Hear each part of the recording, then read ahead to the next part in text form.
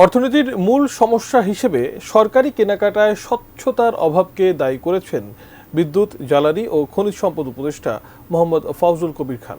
সংকট সমাধানে সরকারি ব্যবসা সবার জন্য উন্মুক্ত করার চেষ্টা চলছে বলেও জানান তিনি। রাজধানীর একটি হোটেলে জ্বালানি সংকট নিয়ে আয়োজিত অনুষ্ঠানে এইসব কথা বলেন তিনি। মাহাদি সেকেন্দারের report.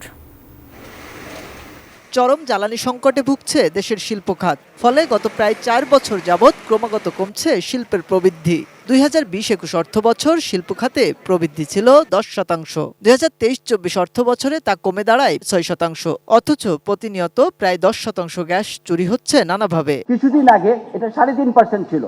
Why are we allowing it to increase? যার প্রভাবে শিল্প খাতে কর্মসংস্থান কমে বাড়ছে বেকারত্ব।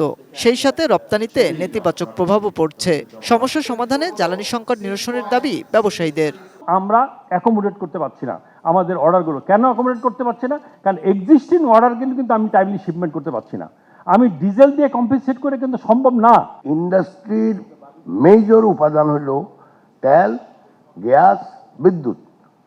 এখন এই দুটাতে যদি আমাদের সমস্যা হয় তাহলে কিন্তু কোনোভাবেই এদেশে কোনো বিনিয়োগও হবে না, এই দেশে কোনো উৎপাদনও হবে না। তবে সংকট সমাধানে সরকারি ক্রয় খাত দুর্নীতিমুক্ত করা হবে বলে জানান জ্বালানি উপদেষ্টা। Walton switch, stylish and elegant. গেল 3 মাসে জ্বালানি খাতের সরকারি ক্রয়ে 370 কোটি টাকা সাশ্রয় হয়েছে বলেও জানান তিনি।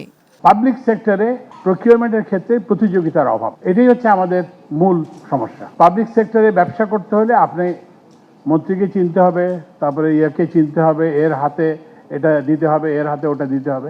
এটাই হলো আমাদের মূল সমস্যা। সরকারি যে ক্রয় সেটাকে আমরা প্রতিযোগিতা ইয়েতে নিয়ে আসতে হবে। এদিকে শুধু সরকারের দিকে তাকিয়ে না থেকে নবায়নযোগ্য জ্বালানিতে বিনিয়োগ করে ব্যবসায়ীদের সমস্যা সমাধানের পরামর্শ বাণিজ্য উপদেষ্টার। We are expecting the state to solve our entire problem. I'm sorry, I don't think that state has that capacity. I think you need to partner this.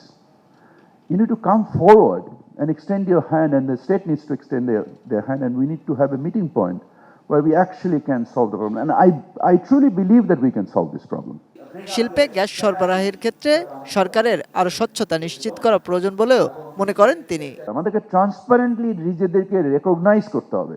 Mahdi Sekendar, ATN news, Dhaka.